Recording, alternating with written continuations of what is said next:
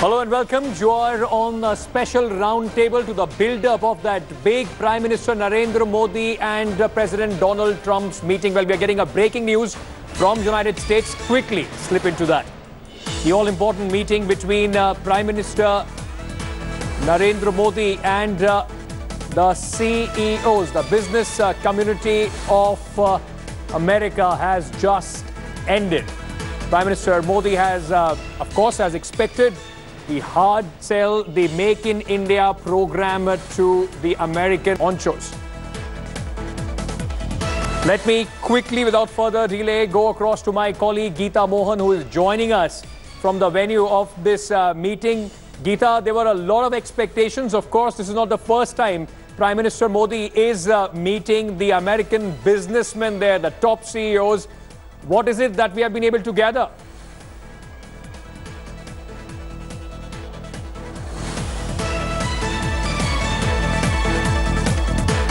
All right, Geeta, if you can hear me. We're trying to just once again connect with Geeta Mohan, Foreign Affairs Editor, who's getting us minute-by-minute update from Washington. In fact, this big meeting of the CEOs where top honchos were present. Let me just quickly go across to my colleague Devina Gupta, who covers the business aspect for India today. Devina, a lot of expectations of this meeting. Who were the names, those who were present at this meeting, and what can we expect out of it? Well, who's and who of the American business community have made their way, Ankit, as we're talking about the meeting, which I believe is still underway at the moment. We have Tim Cook, the Apple chief, who's there. You also have MasterCard chief Ajay Banga, who's part of the meeting. Also, you have the entire U.S. IBC industrial business community chief, who's already there. And Ankit, let me tell you this, that already there have been indications, because U.S. congressmen have written to the Prime Minister, to Donald Trump, the President of the United States, saying that there needs to be a rework of U.S. trade barriers in India. Yeah. Now, while that will be on top of the agenda as well, because these companies will be looking at India as a market, there is no denying that the future is India. The bright spot which you're looking at in the Asian continent is India, with a demographic dividend, with the kind of skill set that we provide, be it the labor force, be it also the kind of middle class that we have, which can consume more goods which are produced in America. This is the market which will be a hard sell here in this meeting. You know, we'll try and connect with Geeta as soon as we can, but let me quickly get a word from Sambit Patra, who's just sitting on the left of me. Sambit, you know,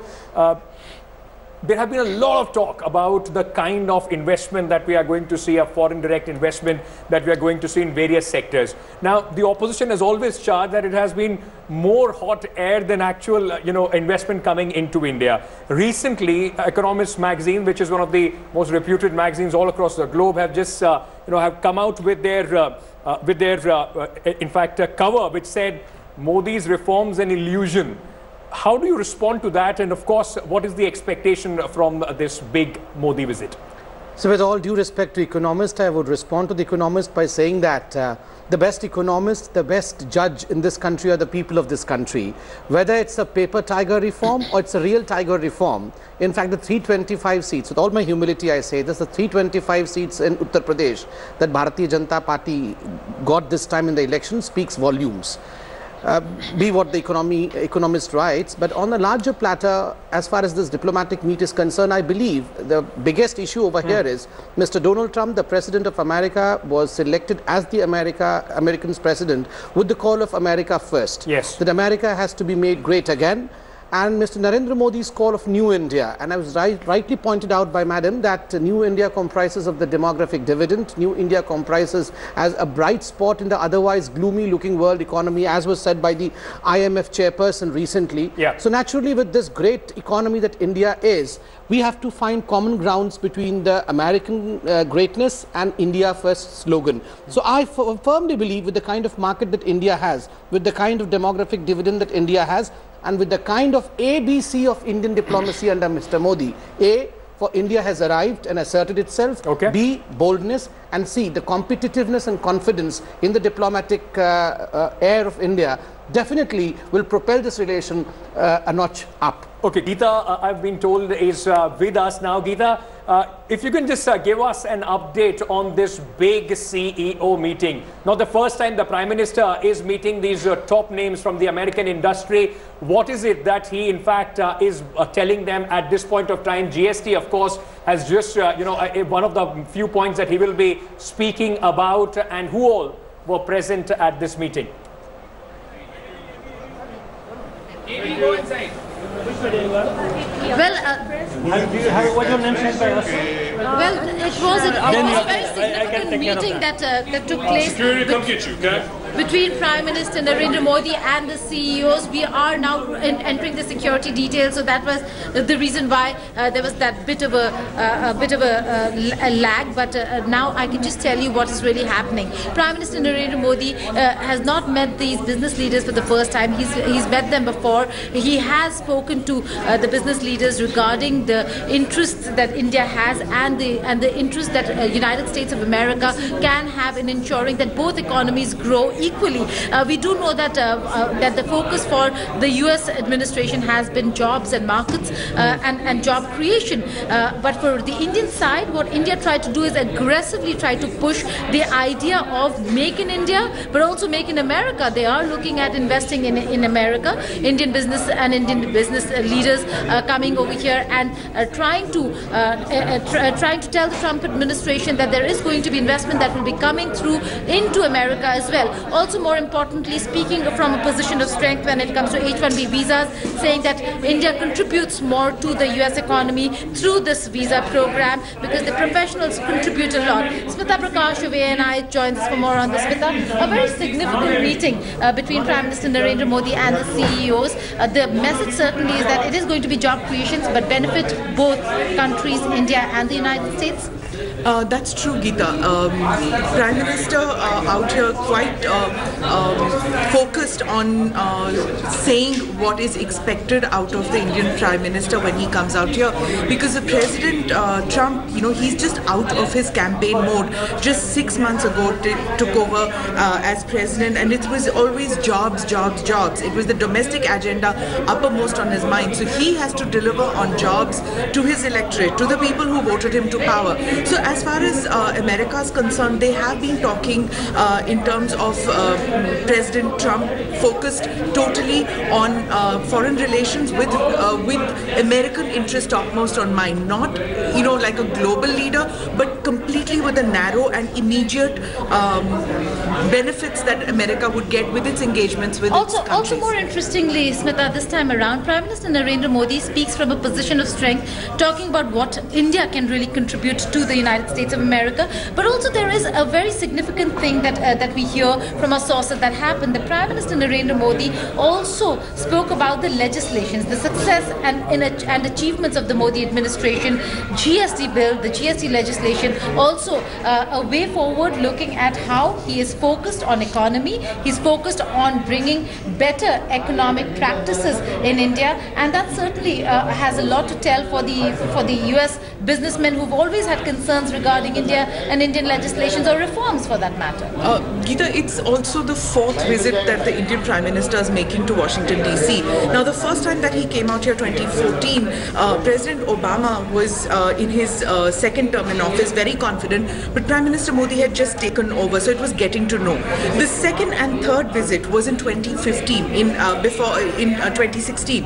In 2015, he went to San Francisco and New York, but in 2016, he came to Washington DC. But what had happened by then is that President Obama was just a few months away from elections, for giving up his second term. He was in fact completed with his legacy. So now when Prime Minister Modi has his meeting with President Trump, you're talking about a Prime Minister who's finished 3 years in office, who has set the agenda for the country in the past 3 years, and now the deliverables are visible to everybody. Right, on that note, Smita, many thanks for joining us. Like Smita said, the deliverables are for both administrations, one to expect and then to see. Right now we are here at the Ritz-Carlton, where Prime Minister Narendra Modi will be arriving to meet and engage with the Indian community. Massive, massive diaspora presence, about 800 people in this hotel. I will show you how people have been gathering. There is a lot of checks that are at security checks that are taking place for the AV, for the media people, media personnel over here. But on the other side of this entire lobby is where the Indian diaspora is going through the security detail, the security checks, and are moving into that hall, the grand ballroom, where the engagement with the Indian diaspora will take place, and Prime Minister Narendra Modi will be here to engage with them, but also to show how important the Indian diaspora really is. Absolutely. Geeta, in fact, we'll keep coming back to you. Of course, all eyes would be there on that diaspora address of the Prime Minister. As Sambit was saying that the Prime Minister has made sure Sunday evenings are only reserved for the studios till late very night because of the Prime Minister and his programs. We'll go back to Geeta, but before we talk more about the business and the economic angle of this entire visit, let me just come back and focus on the personal camaraderie. Prime Minister Narendra Modi and former U.S. President Barack Obama had a fantastic relation. The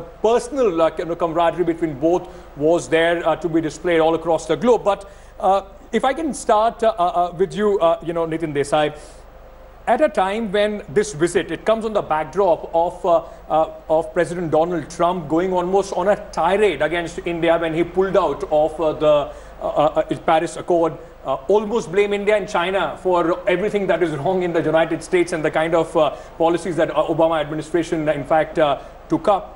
How much of that would be a concern? Because India at that point of time made it absolutely sure that it's not, America or its hegemony. It is India's personal decision. It is India's decision in its own interest that they are going to stick with Paris Accord.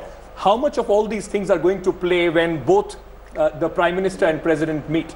Well, if I were advising Prime Minister Modi, I would say don't talk climate with them. Let's just accept that friends can differ on some things, and let's just differ on this and leave it at that.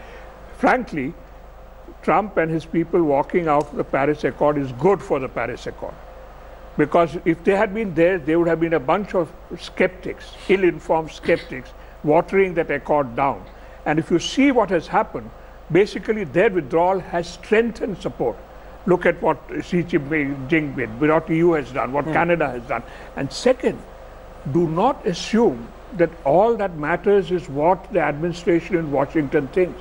13 states have formed a climate alliance. They have 1,200 people have signed on, states, corporations, etc., to say they support the Paris Accord and will continue to do it. Trump himself, when he spoke, said, I represent the people of Pittsburgh, not Paris, when he denounced the accord. The mayor of Pittsburgh went and signed a deal with the mayor of Paris to implement the accord. Yes. Do not assume that Mr. Trump speaks for everybody in America. At least on this issue, yes, there is a very, very significant dissenting and powerful body. So I would not talk climate. What I may talk is energy. Because this is an area where we may find common ground, particularly because we have huge needs and they do have technology. Okay, Brigadier Mishra, just picking up on this, that Trump possibly may not be speaking for everybody across the board in the United States. Is that a problem when both the leaders meet? I mean, this is the first time they'll be meeting. They'll be sizing each other up. They'll be trying to, ensure that there is some sort of a working relation that they can establish. How do you see that going across? Well, when our Prime Minister is there in America, I, as a soldier, I look at it totally and purely from geomilitary angle as it obtains for our country in this part of the world. I totally look, and then I go back go down the memory lane. 1962, I was fighting against the Chinese, and I had the honor to defend my country. And you know what weapon I had? I had .303 inch in-field bolt action rifle. When Chinese had that time 5.56 automatic rifle. And 67 years have passed. Nobody before 2014 thought of making anything in India, particularly in defense field. Today, when a deal has been signed, we have got MiG-21 fleet, which I won't say it is accident prone, but many accidents have taken place. Yes, okay. There is a hope that we are going to make some fighter aircraft here in this country. Yeah. Now, I think the entire strategy of ours, last 10 years we did not, I mean before 2014, we never thought of getting, you know, updating and upgrading our weapon system. Yes. Now this has started. I think today, when Modi ji is there, there will be certainly a move forward, particularly in the field of defense. We'll talk more about that in detail, but just about the personal aspect of how important is it for two leaders to, you know, have that sort of a camaraderie, you know, PK Sehgal, because there are experts who would possibly say that, yes, it does help at times when both the leaders are on the same page, but ultimately diplomacy is not about two leaders, it is about the national interests of both the countries, isn't it? Fortunately, the national interests of America and the national interests of India are not divergent but are convergent. America needs India as much as India needs America. America wants to checkmate Chinese aggressiveness in South China Sea. The only country in the world which can help America to do that is India.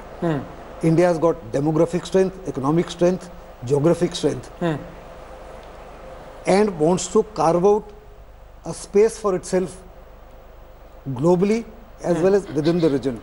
And it realizes that America can help India do that in a very major way. Okay. Trump sees economic advantages in this, because if India wants to carve out a niche for itself in these areas, yes, it needs American investment in India in terms of fighters or in terms of the drones, etc. Yes. Which would create jobs there. Congressman Mohammad Khan also with me. How important for the opposition, which is as of now looking at this big meeting? Right. We still remember the Madison Square Garden where the Prime Minister had the Indian diaspora chanting Modi, Modi, and Congress came out and said, "Ye to sab paid hai, ye to unhone khud bheje hain, bahut sare log the." Today also he's going to meet the diaspora, and also as an opposition party here, you know, which is looking at this big meeting. What are your expectations from this visit of the Prime Minister? Right. Let me first clarify, Ankit. The Congress has a very mature approach when our Prime Minister is overseas. In fact, our official position is always that we will refrain from criticizing him or from criticizing any announcements made by him over there. It was only when in Madison Square Garden that he chose to attack us did we rise up to the occasion and say that ye nahi bolna chahiye tha unhe. And Sambit ji, I believe, spoke at length on those topics. Now, here's the other thing. All of this that we are seeing here, and this is not a personal critique on Modi ji or their government, but to me, this is just sound and fury which signifies nothing. As your anchor rightly said, this is the fourth visit. These announcements, we are no strangers to these announcements by now. It is exactly the same. He goes, he meets the heads of these industries. All these people are ushered in a line to meet Prime Minister Modi. Great, brilliant. Please demonstrate what has happened over the last 3 meetings. You haven't. It is rhetoric driven. It is driven by a cult of personality. And we have seen no results from the previous 3. Our expectations from this meeting, Ankit, as abysmally low as they were from the previous 3. I beg your pardon. I'll just have to jump that queue and get Sambit Patra to respond before I come to you on this person. Sambit, go ahead. No, that was a beautiful way of beginning by saying that we would not criticize, and that's what you do all the while that you speak. But with all due respects, number one, you said it is all about sound and fury and it's about a personality. But the intelligent ones in the house would say that diplomacy has something to do with personality as well. Optics, the way you shake hand, the way you move, everything represents your country and the confidence that the country has. Remember the time when Mr. Manmohan Singh had met George Bush, and the first thing they do, the first message that was conveyed by Manmohan Singh to George Bush, because probably he lost his words, was, "India is in deep love with you." And you remember how it was criticized across the globe that this kind of statement was made. Secondly, deliverables. Number one, FDI, we had about $55 billion, which is 43% higher compared to the last 2 years as FDI in 2016. And remember, I personally firmly believe that after a diplomatic meet, to measure deliverables in kilograms and kgs is not what a sane mind would do. All right, Alok Mehta, you know, Donald Trump being a very I'll come to you. Being a very unpredictable personality. You just don't know what he's going to come out and say. He's always seen as a man with a lot of rhetoric, national rhetoric in United States. The way he shakes hands, the way he will almost push other world leaders off his ground and will try and get that picture clicked on the world's stage. How a Prime Minister right now, how would he be preparing to meet a president who is unpredictable like Donald Trump? Ankit, first thing, because he's a businessman. First time after a long time, I think 30-40 years, this president is a totally businessman. And that's why I think it would be easy for Narendra Modi to talk about the business. Plus, I want to tell about this terrorism. Because Trump also gave priority to terrorism all over the world, and Islamic terrorism, or what he called. So we are facing a serious problem with terrorism with Pakistan. And you see what we can do. When Mr. Modi will also speak about it. Yes. Certainly that on terrorism, how much we can go together. How they want to fight with terrorism. Yes. They want to fight with China, to some extent for economic forces. Yes. Then we need more support from them. Yes. And they also need our market. Walmart. You know, Walmart was out from India. Yes. Now they want to come with India. Absolutely. So there are certain common grounds that both Prime Minister and President can look at. I have to slip into a very short break. When we come back, we'll try and break it down on broad topics. Pakistan, of course, being one major concern as far as India is concerned. What can we expect out of this meeting? H-1B visa is a big issue. We'll try and break it down and on the expectations that the country is looking at this big meeting. Nitin Desai, let me just begin with H-1B. This is a very important issue, at least for the Indian industry. Not only they are looking at some sort of a resolution to this, but also certain concessions possibly from Donald Trump, whose rhetoric as far as the jobs in the United States has been very high. What can we expect? What sort of a concession to drive out of Donald Trump? I wouldn't even look for concessions. Let's just live with the fact that already the temperature on the H-1B issue has come down in Washington. Let it come down in the normal course, because the people who will bring it down are U.S. corporations, which want Indian people out there. Google and the others can't have the U.S. operations without this. They'll do our work for us. I don't think we should be interfering in that area. And basically, you have to recognize that this man won an election on the basis of protecting U.S. jobs. Yes. So don't question that. Do your thing, protect your interests. I don't think I would look for concessions on H-1B at all. And I would not raise that expectation from this round of meetings. You know, Devina, 37% of those visas have come down in the last couple of years. The industry, of course, would at least be looking for a mention whenever possibly the Prime Minister and President come up with a joint statement. What is it that the industry, as Nitin Desai is saying, that you should not expect it, let there be some time in between, let it cool down, and then, of course, speak about it? So, Ankit, we do know that H-1B visa issue may not be on the table this time round as well, because this is just about repertoire building between the two leaders, and H-1B is a potential conflict area with Make in India versus America First campaign. But as you rightly said, the industry has already been interacting with the US counterpart and trying to understand that how H-1B visa cap is not diminished, and also many of these, as Sir said, policies are not yet announced. Yes. It's more of a political rhetoric at this point of time. So we are also looking at some of these steps being taken by the Indian IT industry. For example, you had Infosys announcing that they would be hiring some American workers. But the moot point that we need to know here is, what about the reverse brain drain? Are we ready to accommodate them? Because Make in India remains a challenge. Absolutely. Before I go to Sambit, Mohammad Khan, job creation has been one of the major criticism, at least the opposition has launched against Prime Minister Narendra Modi. Now, picking up from what Devina was saying, if there is a large scale of reverse brain drain, do you think the government is ready? Already we are struggling with the jobs and as far as the percentage of jobs being created. Absolutely not. Look, at the beginning of the debate, your colleague started by listing off the various opportunities that India offers. Demographic dividend. I would also add to that the fact that the price of oil is at a historic low over the last 2 years. But what has Prime Minister Modi done, this government done? They have squandered that, in our opinion, and that's what we try and criticize them for. Now, I want to say one thing very quickly. This is a president who does not see India as an equal partner, unlike Barack Obama. He sees India as a problem to be managed. And I'm sure Mr. Desai will remind you of the fact that when he was talking about pulling out of the Paris agreements, the two countries that he blamed as the reason why, India and China, when he was talking about the H-1B visa, when he was trying to get American companies to hire American, who did he cite as a problem? Indian companies. Okay. Infosys issued a statement after that. Do you know, and this is a fact, this is not rhetoric, Infosys' recruitment is come down from 20,000 to 500 this year. This is a problem for them. This is what needs to be on the table, and they've taken it off the table, and that's what worries us about this visit. Samit, job creation, of course, as I was saying, has been a criticism as far as the Modi government is concerned domestically. Now with H-1B visa being discussed all over, and in United States, with Donald Trump, who has also had a very strong rhetoric for make in America, America first, and so on and so forth. What is it that the Prime Minister would be looking at? As Mohammed Khan was also saying that you've failed, according to them, in creating new jobs. See, as far as the H-1B visa is concerned, the restriction on the spokesperson of the party which is in power is, I have my own limits. I cannot say that, well, yes, this would be on table and this would not be on table, and that this should be on table or this should not be on table. I can only discuss on the issue once that is either taken up or not taken up. So I would rather wait and watch as to what are the statements issued in the joint press, the joint statement that is issued. Secondly, and very importantly, I firmly personally believe that the market across the globe is talent based. It is driven by the talent.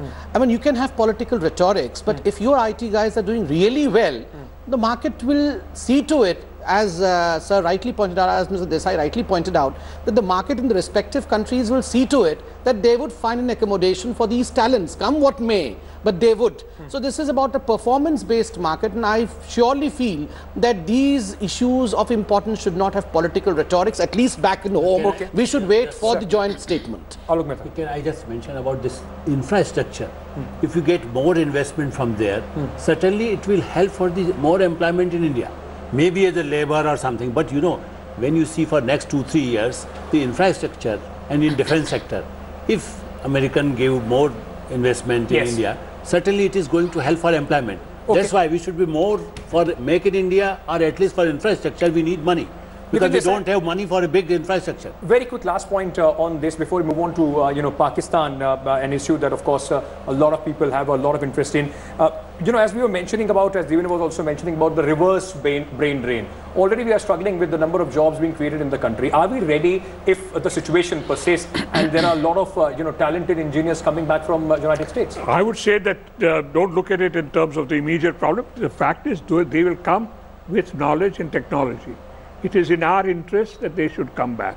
I would welcome them with open arms and see what, and I think the government's program on startups, for instance, will encourage them, will allow them the space and scope.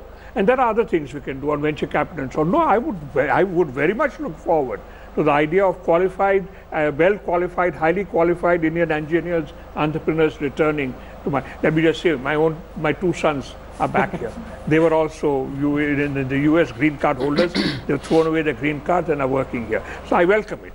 All right. So that possibly would be the moot point. Even this reverse brain drain could prove a blessing in disguise. Now, let me very quickly just begin on the topic of Pakistan. And let me start with you, Brigadier Misra. At this point of time, India at least would be looking to speak not only on terrorism, but specifically on terrorism that is emanating from Pakistan, which is hurting us not only in Kashmir, but in Afghanistan and other places as well.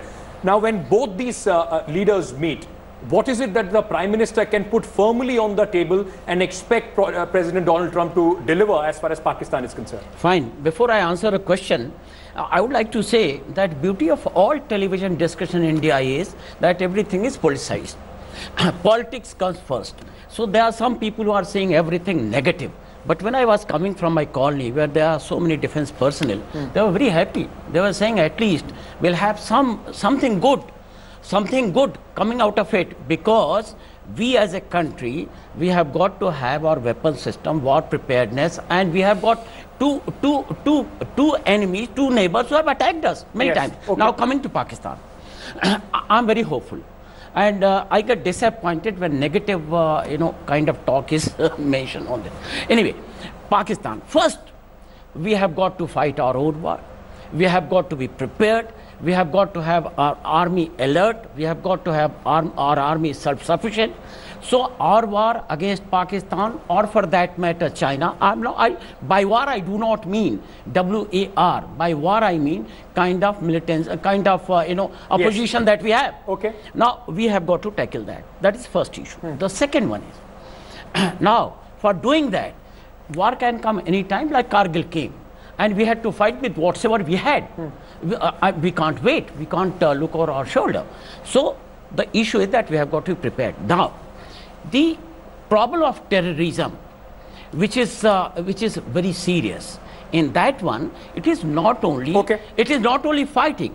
You see, there are many things where we can have help of Americans. Yes. For example, intelligence. Yes. For example, the money laundering which is going on. Yes. Because that's the basic. That has got to be broken. Yes. And the second one is even the route followed by people. Yes. Even the actions which are taking place various places. Okay. And remember, Pakistan is the mothership of all terrorism. Pakistan is the mothership. Samit Patra, you have your finger raised. At a time when already there is a congressional committee in United States talking about taking away the most favored non-NATO ally status of Pakistan. Yes. How much can we get President Donald Trump to come out and ensure that he at least sends out a clear message that this sort of terrorism against India, good terrorists versus bad terrorists, this policy is not going to work? I think the morning shows the day, and the morning is in fact about 1 month ago. We had Dan Coats, the director of the national intelligence of the team of Mr. Donald Trump. He came out and he spoke, and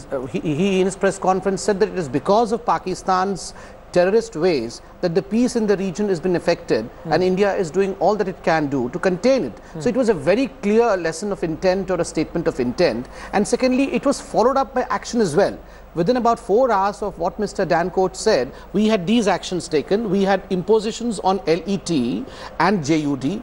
3 entities, I mean, these were the 2 terrorist organizations which were banned, and then 3 entities, 3 people, Hayatullah Ghulam, Ali Muhammad Abu Turab, and Inayat-ur-Rahman. These 3 people who funded LET and JUD, they were in fact put under observation by the US. Yes. So naturally, I think on ground against Pakistan, the US is already taking a position. Rightly pointed out by you that the non-NATO ally, which is a major tag, was given in 2004 to Pakistan when George Bush was the president. Yes. And now Pakistan, America gives a hint that we may downsize that. Then we have the 22 drones also, and the recent Reuters article where America has hinted that we may send our drones to attack your terror bases. Okay, just before I come to you, Mohammad Khan, let me just get PK Sehgal in on this.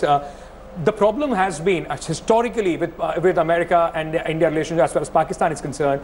They say something at the Capitol Hill, but on the ground, the kind of money that Pakistan receives, the grants that Pakistan receives, especially the military grants that Pakistan receives from the United States because of the geographical position that they are in, that seems to be unending. That's a big problem as far as India is concerned, because they get the money in name of fighting Taliban, and those resources are in fact then tunneled down towards fighting India on the western border. So how do we tackle that, and what this time are the concrete measures that we can look at? Very interestingly, what you said, all that has passed, is very, very clear today that America has got major interest in South China Sea area and in AFPAC region. And these interests can only be realized if there is peace and stability in this area. The biggest threat to peace and stability in this area is because of terrorism that is originating from Pakistan. Okay. It is an American interest to control this terrorism in a big way. That's why he said that he's going to use drones to take on essentially the Haqqani network, the Quetta Shura, the Al-Qaeda and the Taliban. They are not going to use drones in support of you in POK or in Sindh or in Punjab. Yes. That notwithstanding, very clear indication is coming that the terrorist funds are going to be stopped.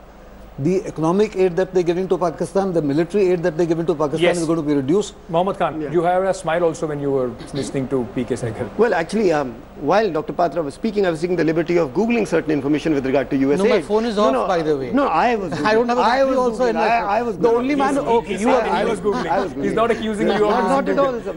I have 2 points to make very quickly. One to Brigadier Saab and then to Patra Saab. Brigadier Saab, we in the opposition are tasked with the responsibility of raising questions to this government. One must not confuse. I was talking about disappointment. Of course, Yes, I was talking about very quickly. I'll just say this. And this is a general point. One must not confuse dissent with disloyalty, a problem that this government seems to have. Now, Patra sir, now interestingly, Financial Express on the 2nd of December and various other newspapers say that the US passed a bill to deploy $900 million in aid to Pakistan. For all the talk of reduced funding, and this is defense, this is to set up and establish their defense bases. Where are we seeing the actions? You talk about this, and I agree with you. By the way, we are in complete agreement with you. Pakistan must be declared a terrorist state. Nothing, and as sir rightly pointed out, it is the bedrock of all terrorism in this region. But are you doing enough? Are you putting enough pressure on them? And that I'll give us a small data. In fact, as far as economic aid and the funds that are being sent to Pakistan is concerned, you'll be happy to know, and the experts can concur with me or can correct me if I'm wrong.